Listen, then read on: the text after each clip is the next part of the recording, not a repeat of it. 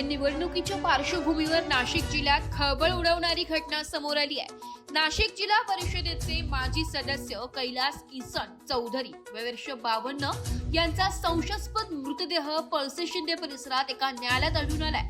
गेल्या 5 ते 6 दिवसांपासून ते बेपत्ता होते। या घटनेमुळे परिसरात भीतीचे वातावरण निर्माण झाले असून राजकीय वर्तुळात एकच खळबळ माजली आहे। कैलास चौधरी हे 11 डिसेंबर रोजी सकाळी कोणालाही काही न सांगता घरातून निघून गेले होते, मात्र ते घरी परतलेच नाही। कुटुंबियांनी सर्वत्र शोधाशोध केली, नातेवाईक व ओळखीच्या व्यक्तींना विचारपूस केली, तरीही त्यांचा काहीही थांगपत्ता लागला नाही।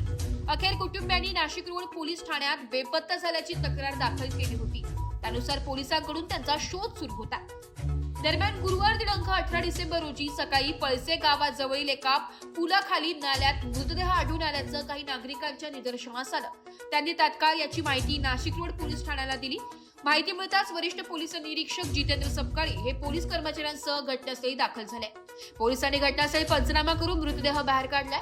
त्यानंतर प्राथमिक तपासात हा मृतदेह बेपत्ता असलेले माजी जिल्हा परिषद सदस्य कैलास चौधरी यांचाच असल्याचं स्पष्ट झालंय।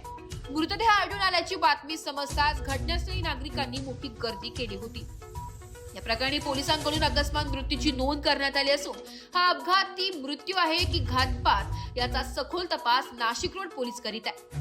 मृत्यूचे नेमके कारण अद्याप स्पष्ट झाले नसून शवविच्छेदन अहवालानंतरच अधिक माहिती समोर येणार आहे असे पोलिसांकडून सांगण्यात आले। ऐन निवडणुकीच्या काळात राजकीय पार्श्वभूमी असलेल्या व्यक्तीचा संशयास्पद मृत्यू झाल्याने नाशिकमध्ये एकच खळबळ उडाली आहे।